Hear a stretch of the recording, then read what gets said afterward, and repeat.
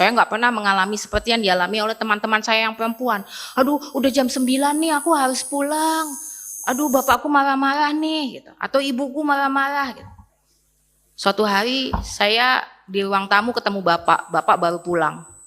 Saya cium tangan bapak kaget. Loh, ini jam berapa? Jam 10 malam, Pak. Loh, kok kamu udah di rumah?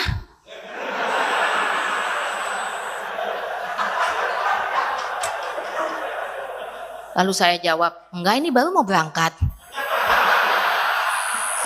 Perpecahan ini kemana-mana. Kalau kemarin gitu ya, bahkan sampai ada yang mempermasalahkan sanad, mempermasalahkan nasab para habib gitu. Sekarang karena ada aliran baru ini, identitas baru ini, jangan sampai beberapa belas tahun lagi kita berdebat mempermasalahkan nasabnya Lee Min Ho.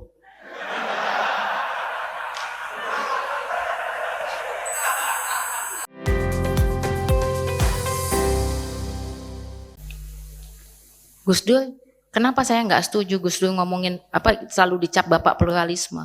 Karena Gus Dur bukan bapak pluralisme. Gus Dur seorang humanis. Semua basic dari keberagaman itu adalah kemanusiaan. Ketika kita bicara community, kita bicara kebangsaan, maka dasarnya adalah kemanusiaan. Dan Gus Dur bukan pluralisme. Gus Dur plural.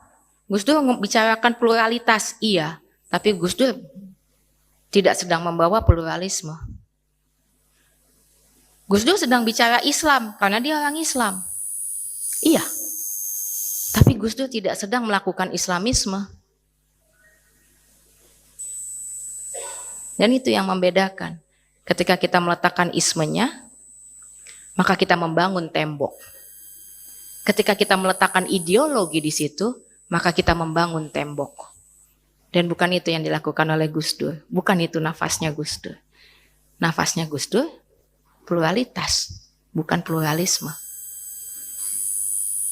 Karena ketika kita membangun pluralisme, maka yang dibangun adalah keseragaman. Yang bukan bagian dari NKRI harga mati, berarti bukan bagian dari kita. Sementara, itu tetap identitas.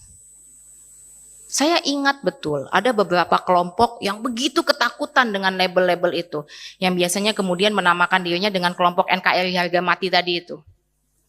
Yang terus kemudian hobi orang ngapain aja dicap kadun gitu ya. Suatu hari dalam sebuah pertemuan mereka marah-marah, jangan sampai loh nanti kita didatengin sama itu ya perempuan-perempuan yang bercadar itu. Kemarin ada yang datang, gila serem banget gitu. Saya bilang, maksudnya apa? Saya punya banyak teman-teman muslim yang bercadar kok. Apakah itu terus kemudian otomatis membuat mereka jadi teroris gitu, jadi radikal? Kan enggak. Tapi kita sekarang hari ini, karena kita selalu disuguhi oleh nafas identitas, maka yang kita pikirkan adalah gimmick, kesalehan sosial. Kamu saleh nggak di media sosial? Sehingga apapun dibawa ke ranah agama. Gitu. Kemarin ada percakapan yang menarik di Twitter. Ada seorang ibu yang di rumahnya memelihara anjing. Tetangga-tetangganya marah. Padahal tetangga-tetangganya juga bukan sebelah rumah ya. Jadi jauh. Gitu. Terus ada beberapa orang yang nanya, emang kenapa sih kalau dia melihara anjing? Kan anjingnya nggak dikeluarin di dalam rumah. Gitu. Terus ada satu yang ngomong gini, mohon maaf ya, itu soalnya pipis anjing itu kan najis. Gitu. Pertama kan di dalam rumahnya si ibu ya. Hubungannya apa sama tetangganya gitu. Yang kedua, terus orang itu dengan santai cuma jawab gini, ya kalau cuma soal najis, pipismu juga najis.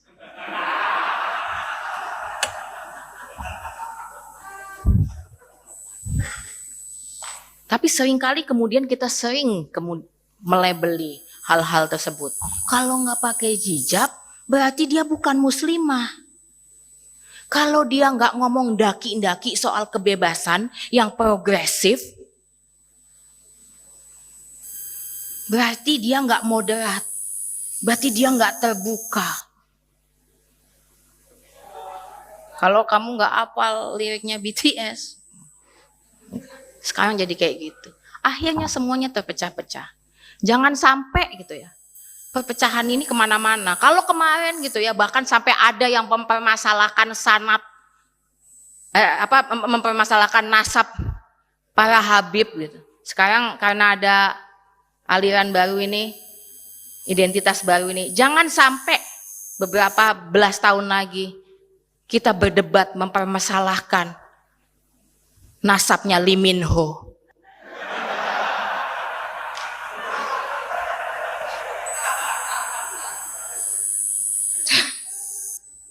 Nah, hari ini itu yang nafas yang dibawa. Nafas, ini gue, ini saya.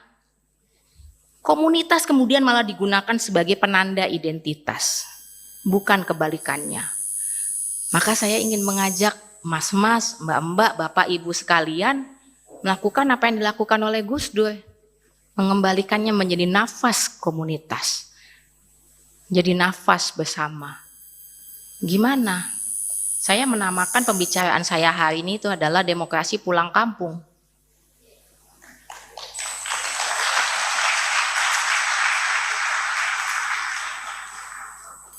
Gus Dur sudah melakukannya. Gus Dur bisa saja tetap berada di luar gitu, kemudian menjadi lebih wah gitu.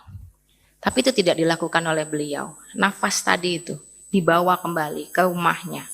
Gus Dur yang selalu bilang sama saya, main kemana-mana, tapi kakinya harus di rumah.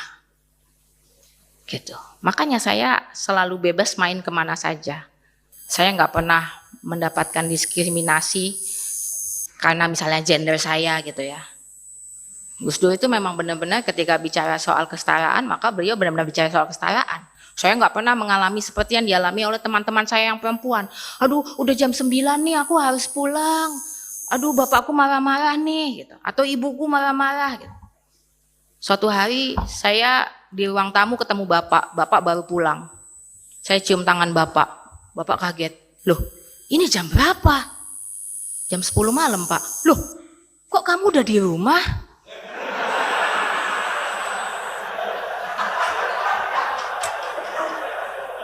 Lalu saya jawab, enggak, ini baru mau berangkat.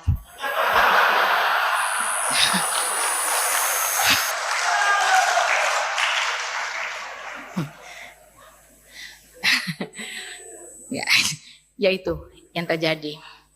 Demokrasi pulang kampung. Saatnya kita pulang kampung. Saatnya kita mengenali lagi identitas kita siapa. Saatnya kita mengenali kebutuhan lokal, komunitas-komunitas kita. Komunal menjadi komunal. Kita bicara tentang yang lokal. Gus Dur itu dari dulu ketika semua orang sibuk bicara hal-hal yang tinggi, Gus Dur selalu bicara hal-hal yang sangat kecil. Yang tampak sangat kecil. Gus Dur selalu bilang, negara ini dibangun oleh para kiai kampung. Negara ini dibangun oleh, yaitu kelompok pemimpin-pemimpin lokal. Pemimpin-pemimpin kelompok lokal. Mereka yang bertanggung jawab, mereka yang jadi tulang punggung. Karena saatnya kita balik lagi. Selama ini kita selalu arahnya dari kota ke daerah. Semua daerah harus ngikutin kota. Kalau enggak dibilang enggak maju. Kalau enggak anak-anak yang KKN-nya terus kemudian ngerekam pakai video terus bilang, kita nggak bisa mandi di sini, kita bla bla bla bla. Ya ini lagi, aduh pokoknya tempatnya parah banget deh. Gitu. Semoga teman-teman KKN UIN nggak begitu ya. Selain, oh ya udah nggak ada KKN ya. Selain karena selain karena itu artinya kalian out of touch gitu ya, kalian nggak bisa jejek gitu. Nah itu juga fungsi kalian kok, KKN itu ya itu. Lah kok malah ngomong kayak ngono, apa sih? Nah, mengenali kembali diri kita. Dulu ada sebuah cerita tentang tentang Nasruddin yang dia sibuk nyari kunci gitu ya. Katanya kunci rumahnya hilang. Terus dia sibuk nyari kunci kemana-mana, ditemenin nih sama orang banyak, dibantuin nyari sama orang banyak. Wow, sampai nggak ketemu-ketemu. Terus hanya satu orang nanya, Nasruddin, kamu tuh kunci rumahmu tuh buat taruh mana terakhir gitu? Hilangnya di mana? Terus dia bilang di dalam rumah. Ini kita udah setengah kampung keliling-keliling, terus ternyata hilangnya di rumah. Ngapain kita keluar? Terus kata Nasruddin, soalnya di dalam rumah gelap, di sini terang. Tapi ini yang sering terjadi. Di luar tampak berkilauan, tapi kita lupa sama rumah kita sendiri. Sekarang saatnya balik kampung.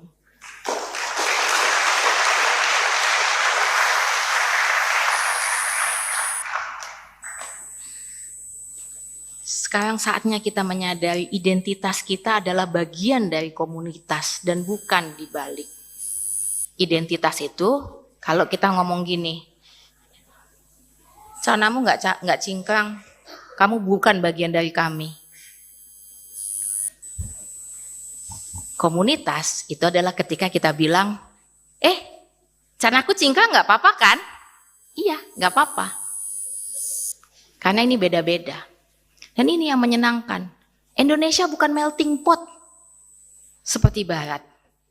Barat itu melting pot. Sebutannya melting pot. Saya kalau dapat brosur-brosur soal pendidikan di Barat gitu ya. Terus mereka ngomongin soal keberagaman gitu, diversity. Tapi semuanya bajunya sama, pakai celana jeans, pakai kaos. Minumnya Coca-Cola.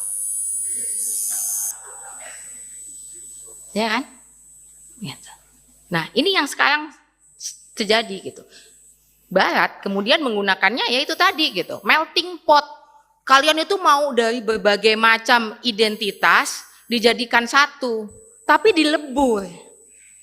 Indonesia bukan melting pot. Indonesia meja prasmanan.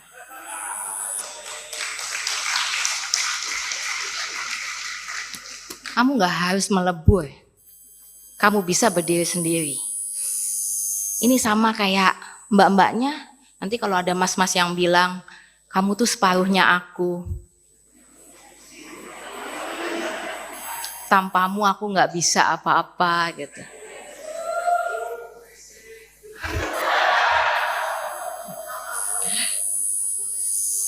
Enggak sih, saya nggak begitu tahu ya. Saya kan kalau dalam bagian itu minoritas.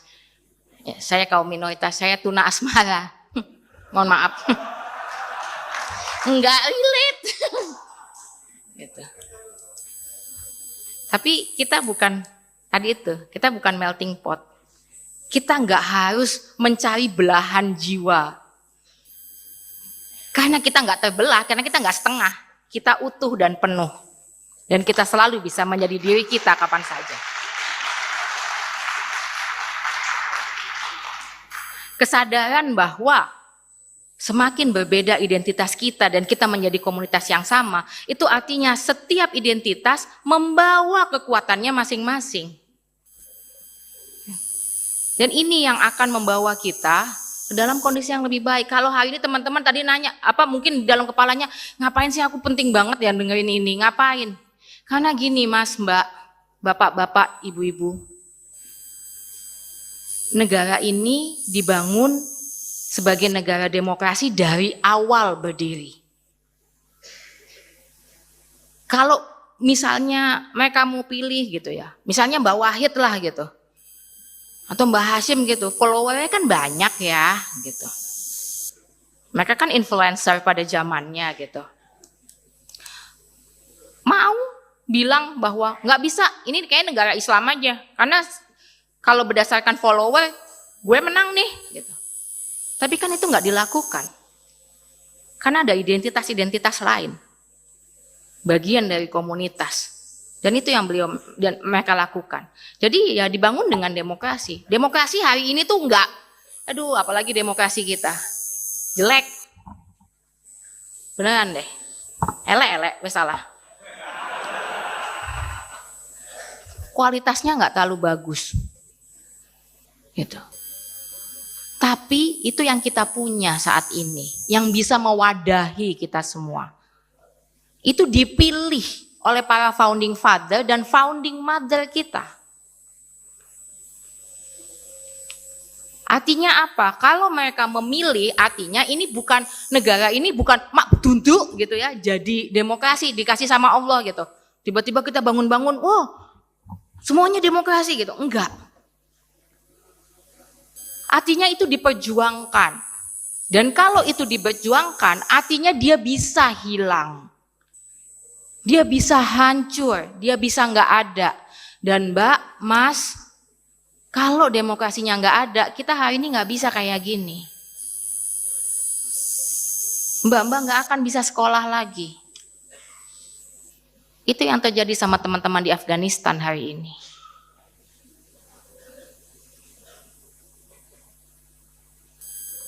Saya kemarin dikirimin foto, ada teman-teman yang perempuan-perempuan yang ngomongin protes, bilang, demokrasi togut, haram dan bla bla bla bla. Mereka bawa spanduk dan segala macam. Loh, mereka bisa protes kayak gitu karena ada demokrasi loh. Kalau nggak ada nggak bisa loh. Maka itu penting buat kita jaga. Kalau kita nggak jaga, dia hilang.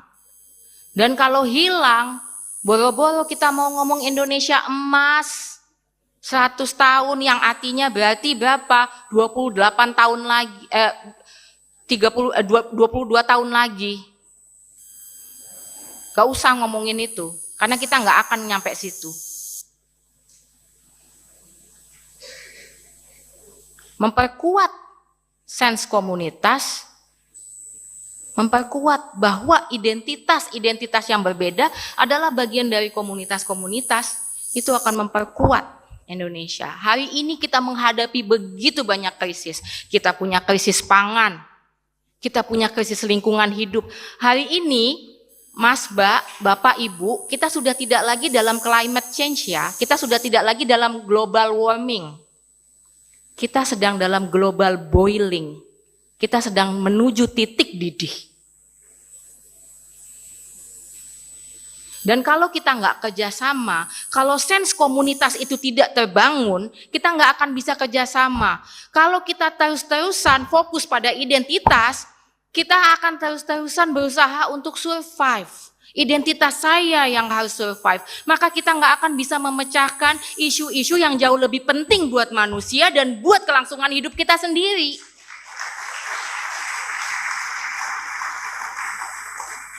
Maka nggak bisa enggak. Ini semua bebannya di kita. Saya sedih menanggung beban ini. Kalau bapak saya masih hidup kan biar aja bapak saya. Ngapain saya capek-capek? Saya balik rebahan. Nggak bohong, canda. Tapi ini beban kita. Ini hutang kita pada manusia. Maka ini yang perlu kita lakukan. Balik lagi, kenali identitas kita, kenali siapa kita. Ayah saya itu nggak pernah, jarang sekali ngasih wejangan ke saya, nyuruh ini, nyuruh itu, nggak pernah. Tapi ada salah satu, beliau hanya nyuruh saya 3 hal. Yang pertama adalah apapun yang saya lakukan, saya harus melakukannya sesuai keinginan saya, menjadi diri saya sendiri. Itu yang beliau selalu lakukan. Yang kedua, nggak pernah berhenti membaca. Dan itu adalah wasiat beliau sebelum meninggal, benar-benar sebelum meninggal, siangnya. Nah, ini ada satu wasiat lagi, yang beliau selalu maksa saya melakukannya. Yaitu, dengerin lagu dangdut dan campur sari. Bapak saya tuh senangnya dengerin lagu dangdut. Beliau suka kalau di mobil dengerin radio dangdut ya. Terus kalau udah nggak ada, misalnya penyanyi ngoceh aja, ditelepon sama bapak saya, ngoceh aja, mana ini lagunya gitu. Jadi penyanyi tuh suka bilang, aku dimarahin sama Gus Dur, katanya nggak mainin lagu gitu. Nah, kenapa? Karena itu menggambarkan siapa kita. Karena dari situ suara-suara kita yang asli kedengaran. Maka jelajahi diri sendiri, jelajahi komunitas kita. Jelajahi siapa kita, identitas kita. Bekerja samalah, kolaborasi. Mulai berpikir komunitas, berhenti berpikir identitas. Nah, saya jauh lah dari Gus Dur, yang jelas-jelas enggak inilah. Tapi hari ini mungkin ini yang bisa kita bawa. Saatnya kita pulang kampung. Itu saja dari saya. Wassalamualaikum warahmatullahi wabarakatuh.